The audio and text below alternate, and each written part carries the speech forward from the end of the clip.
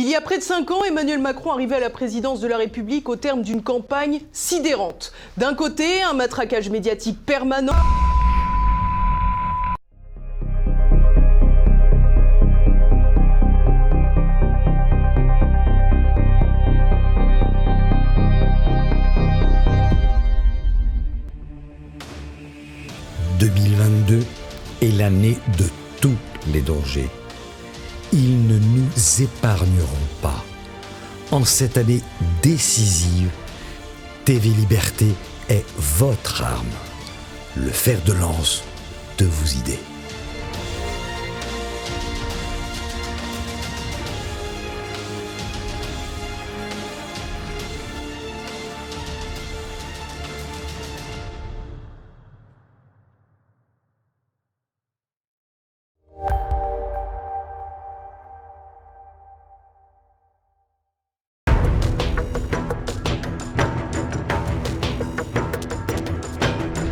Grégory Lacroix, bonjour. Bonjour.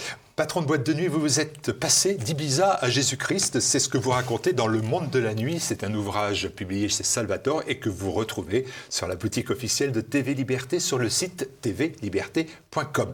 Puissant témoignage pour expliquer comment vous avez échappé à la pègre, à la drogue et à la sorcellerie. Évidemment, il va y avoir des explications précises à nous donner, mais commençons par le début, si vous voulez bien, Grégory Lacroix. En 2003, vous avez tout juste 24 ans. Oui. Vous avez une grande ambition, monter un dancing dans une discothèque désaffectée. À 24 ans, pourquoi un tel choix? Cela ne s'explique pas seulement par un caractère fougueux, comme vous le dites dans l'ouvrage. Non, en fait, c'était plutôt un projet familial. J'ai un frère qui est chef d'orchestre intermittent du spectacle. Donc bon, on avait, on va dire, une assise connue dans le milieu des thés dansants. Et donc je me suis dit, voilà, on organise au niveau associatif des soirées rétro.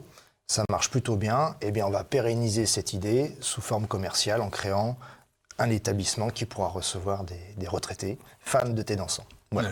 Est-ce qu'on se pose quand même la question que vous a posé votre banquier dès le premier moment qu'il vous a vu, c'est-à-dire pourquoi vouloir exploiter une guinguette à 24 ans? Parce que c'était un très bon filon. Voilà, ça devait être un super coup. Beaucoup de retraités parisiens quittent la capitale à la retraite pour aller sur le littoral atlantique, passer leurs beaux jours. Et moi, je me suis dit, je vais monter un dancing pour eux. Et c'est ce que j'ai fait. Voilà. Ça va être très rapidement un gouffre financier. Alors oui, c'est là où ça devient un peu chaotique dans ma vie. J'ouvre cet établissement. Le premier week-end d'ouverture a été un succès. Sauf que les semaines qui ont suivi ont été cauchemardesques. Voilà, j'ai eu une avalanche de problèmes, des problèmes administratifs, des problèmes politiques, des problèmes financiers qui ont entraîné des problèmes judiciaires. Quand vous dites problèmes politiques, les problèmes avec les politiques avec locaux. Des politiques locaux.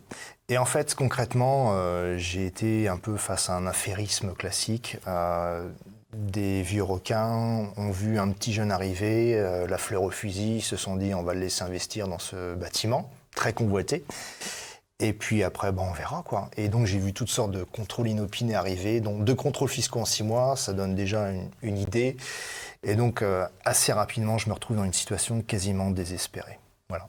Alors là, il y a l'idée d'un électrochoc immédiat. Vous vous dites, puisque ça ne fonctionne pas, on va aller vers les plus jeunes, on va ouvrir une boîte de nuit. Alors Grégory Lacroix devient Greg Lacouronne. La Couronne, c'est le nom de l'établissement de la boîte de nuit. Oui, le pseudo. Parce que c'est pas vraiment le nom. Il faut pas prendre de risques diffamatoires, mais bon, bref. Concrètement, comment ça s'est passé? Toutes mes galères de la première année ont entraîné des problèmes financiers. Et donc, l'expert comptable a dit à un moment donné, voilà, vous avez 2 solutions. Soit vous déposez le bilan, soit vous transformez votre établissement en discothèque. Vous avez repris une discothèque abandonnée. Ça marchait par le passé. Bon, il y a eu des morts, il y a eu des violences par le passé, mais vous n'avez pas le choix. Voilà.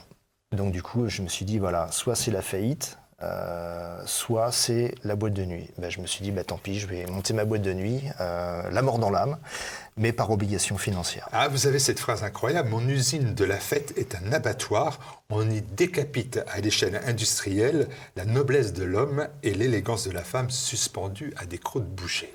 Oui, ça Ça décape. Eh bien, en fait, c'est très simple. Il faut se mettre à la place de tous vos téléspectateurs. Je me retrouve par hasard, par effraction, dirais-je, à la tête d'une boîte de nuit, par obligation. Et là, ça explose. Je passe de 0 à 1000 clients en quelques mois, notamment de 200 à 1000 clients en un mois. Et là, il faut vraiment le vivre. Et j'avais 25 ans à l'époque. Donc, il fallait vraiment avoir la tête sur les épaules. Et j'étais sans doute un Français comme n'importe qui, enfin, voilà, un jeune de 25 ans aujourd'hui. Sauf que, voilà, à la tête de cette boîte de nuit, je n'étais pas préparé psychologiquement à voir tout ce que j'ai vu. J'ai vu des jeunes ivres étalés dans leur vomi. J'ai vu un jeune homme faire une overdose. J'ai vu des gens faire n'importe quoi avec le sexe. Et je me disais, mais qu'est-ce que c'est que ce truc-là, quoi ? Enfin, je me retrouve en fait avec un énorme fardeau sur les épaules. Et je pense qu'il y a eu un électrochoc, en fait, quand j'ai... Je peux vous la raconter ou pas ? Allez-y, c'est TV Liberté. Un samedi soir, fin de soirée, 4h du matin, il y a un vigile qui vient me voir dans mes bureaux, qui me dit « Greg, il faut absolument que tu viennes. Il y a une porte dans les toilettes des femmes qui est restée fermée de l'intérieur. » Et donc là, je pensais tout de suite à un crime, un suicide, parce que bon, à force de voir le noir dans le monde de la nuit, on s'habitue à des faits glauques.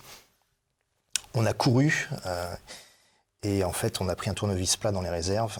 Et quand moi je lui ai dit, je ne veux pas ouvrir la porte, j'ai que 25 ans, je ne veux pas. Et c'est lui qui a ouvert la porte. Et en fait, je n'étais pas prêt à voir une jeune femme étalée dans son vomi qui macérait dans une odeur d'urine. C'est horrible, en fait. J'ai toute l'image de la féminité qui s'est effondrée. La drogue ?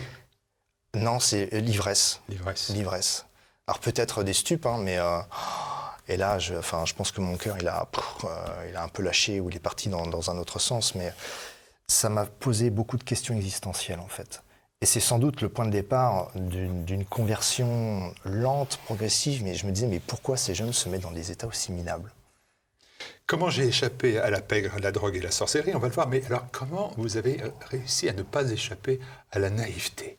Naïveté quand même sur le monde dans lequel vous mettez les pieds.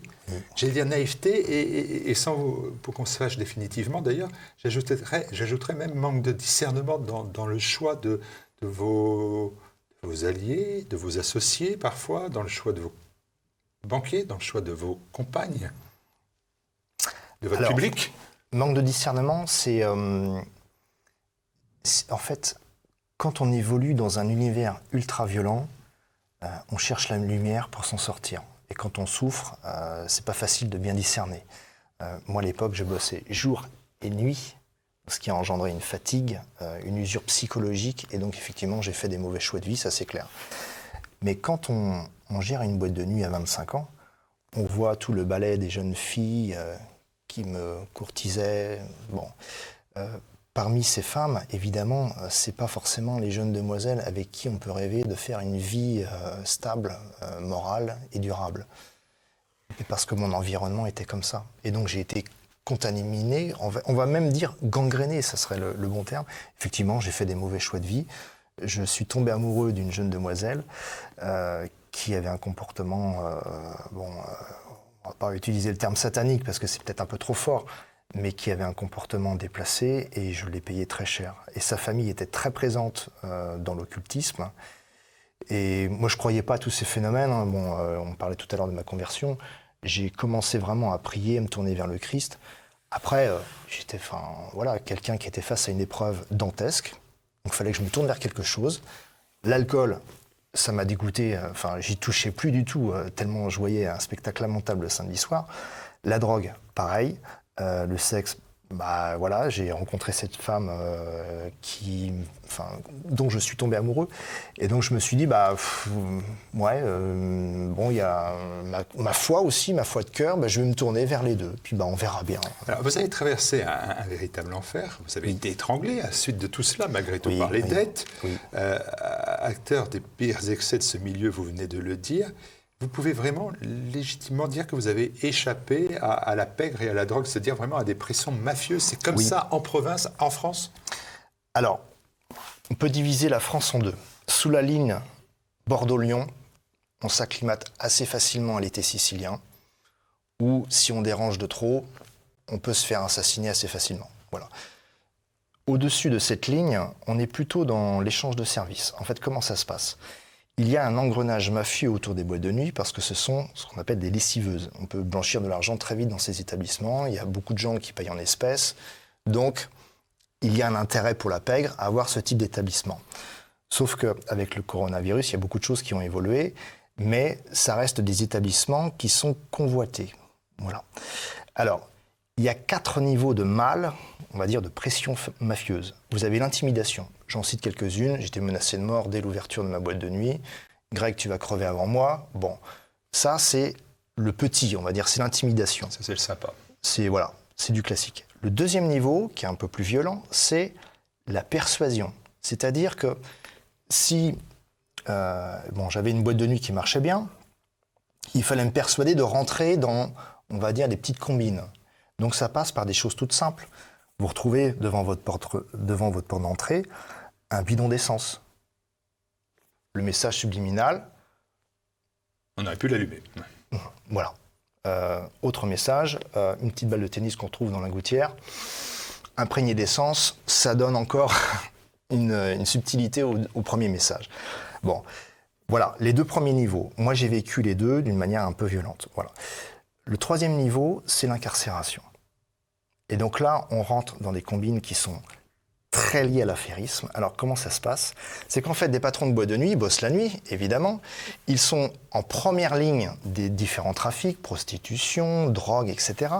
Et donc, il y a aussi des policiers qui fréquentent les boîtes de nuit et finalement, à force de se fréquenter, des patrons de boîtes de nuit.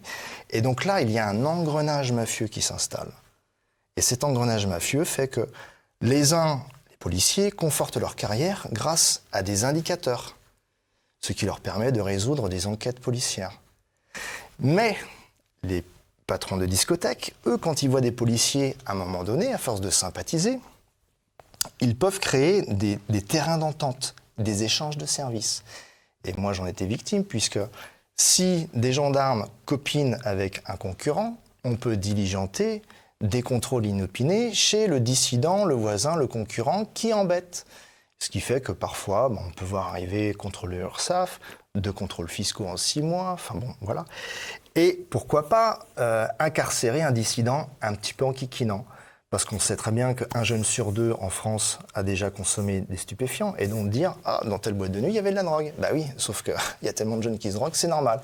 Mais pourquoi les contrôler un tel et pas un tel ? C'est là où ça devient intéressant.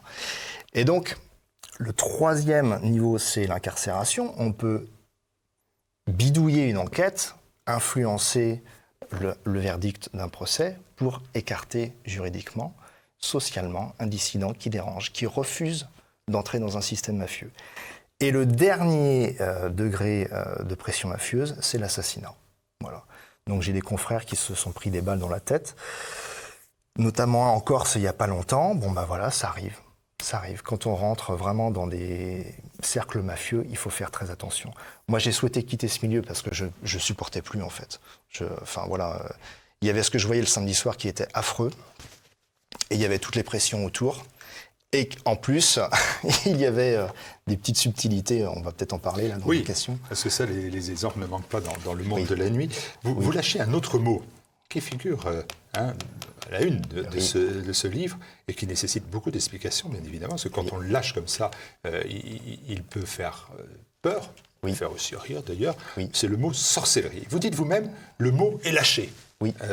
Les lecteurs se considèrent comme rationnels ou se considérant comme rationnels peuvent dès à présent douter de ma crédibilité morale et refermer le livre. À tort, refermer le livre, vraiment ? À tort ? Oui, mais sauf que c'est une croyance. Et c'est là où ça devient subtil, c'est que les preuves de la non-existence de la sorcellerie n'existaient pas. Et au contraire, je vous en ai ramené un d'ailleurs, un exemplaire qui démontre que en fait, la sorcellerie est un sujet de fond que mon éditeur a souhaité vraiment développer. Ce livre a été écrit par Sylvie Jumel en 2002 et elle démontre à quel point nos hommes politiques utilisent la sorcellerie pour gagner une élection politique, pour écarter un rival politique, voire pour gagner une Coupe du Monde. Là, il y a des mises en cause de chefs d'État, d'ailleurs. Chirac, Oui, Mitterrand. Jacques Chirac, ouais.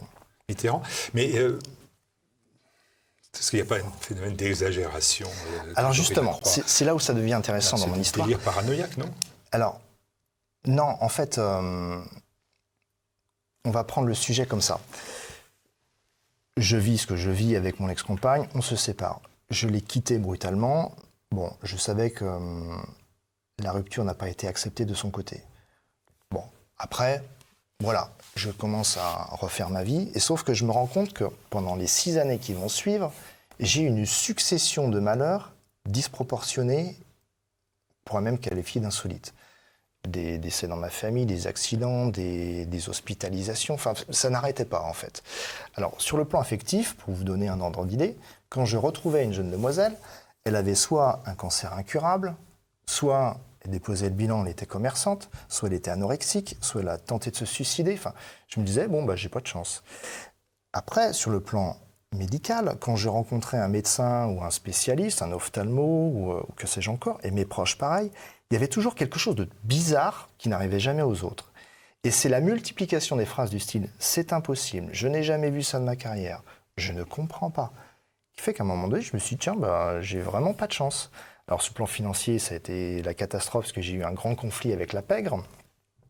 Et vous avez fini SDF? J'ai fini SDF, et donc il a fallu que je retrouve d'autres solutions. Bon bref, je pourrais continuer longtemps, mais par exemple, je vais vous donner 2 exemples. Et il faut toujours prouver ce qu'on dit. C'est très important. Là, je vous ai ramené une amende. J'en ai ramené qu'une parce que j'aurais pu vous ramener des PV de gendarmerie, mais bon, ça n'a pas forcément d'intérêt pour vos téléspectateurs. Par exemple, vous voyez ça, hein, j'ai une ampoule, une ampoule de voiture qui s'éteint devant une voiture de gendarmerie. Donc, verbalisation, etc. Ça peut arriver à tout le monde, évidemment.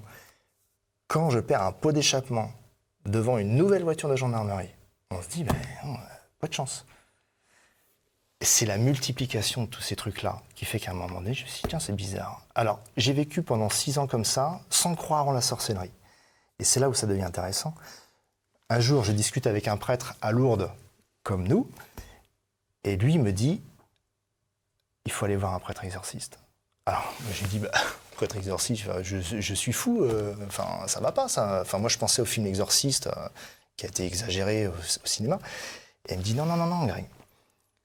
Le mal est omniprésent dans ta vie, ça ne va pas. Alors, quand je lui parlais de ce que j'avais vécu, alors, patron de boîte de nuit, donc c'est comme s'il y avait des clignotants qui s'allumaient, usine à pêcher. Enfin, vous voyez, ancienne compagne dont la famille pratiquait la magie, alors, autre client, et en fait, il avait des clignotants qui s'allumaient partout. Il m'a dit, non, va voir un prêtre exorciste et tu verras bien.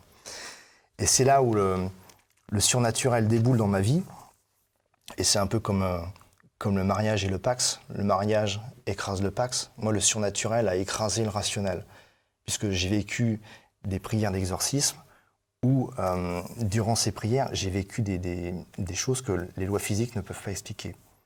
Voilà, clairement. Je vous cite 2 exemples. Allez-y. Alors, 2 exemples. Alors, tout d'abord, l'entretien de discernement pour la première fois avec le prêtre exorciste. Donc, je lui expose les grandes lignes de ma vie, comme on vient de le faire.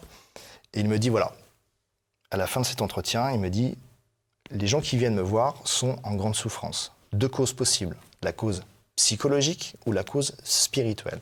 S'ils sont paranoïaques, schizophrènes, je les renvoie vers un médecin ou un psychiatre. Point. Si le mal, le péché est omniprésent dans leur vie, on va prier dans un oratoire. Donc là, il faut du spirituel. Et moi, c'est ce qui s'est passé.